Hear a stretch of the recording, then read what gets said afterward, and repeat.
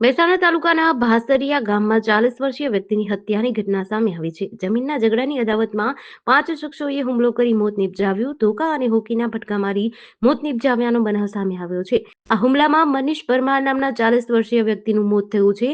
Langhnaj police ઘટના સ્થળે પહોંચી તપાસ હાથ ધરી છે. ઉંમર કેટલી હશે આપ તમારા જે દીકરાની? 40 વર્ષ. અને એમનું નામ શું હતું? મનીષ કુમાર કાંતિલાલ પરમાર. સામેવાળો વ્યક્તિ મારવા વાળો તો એમનું નામ શું?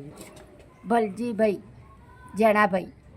અને એમના જોડે બીજા કોઈ હતા એમનું કોઈ નામ? કૌશિક કુમાર ભલજીભાઈ, પછી સંદીપ ભલજીભાઈ અને જસી.